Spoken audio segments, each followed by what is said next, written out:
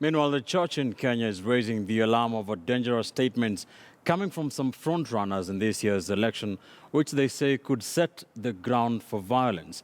The Evangelical Alliance of Kenya spoke in Nairobi today and called for caution among politicians during the campaign period.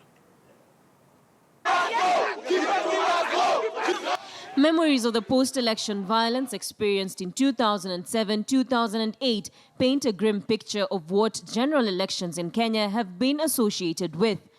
The church says they won't keep quiet this time and be blamed later for failing to play their part.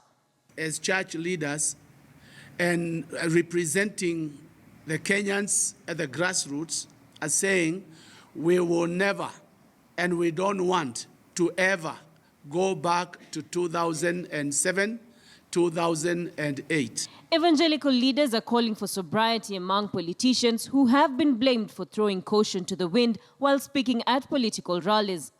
Please, as you do your campaigns, deal on issues, not individuals.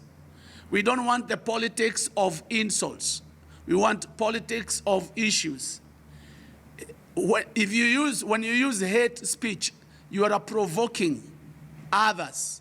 The church leaders addressed themselves especially to the youth, often a ready and willing weapon used by politicians to cause violence. We're also encouraging our youth not to be incited. We don't want to see what we saw last week on the streets of Nairobi. This group meeting with this group and pelleting one another with stones. This is a civilized nation. With the high-stakes election fast approaching, the church is pleading with candidates to keep an open mind and accept the outcome whether they win or lose. We already saw during the primaries how people move from one place to another.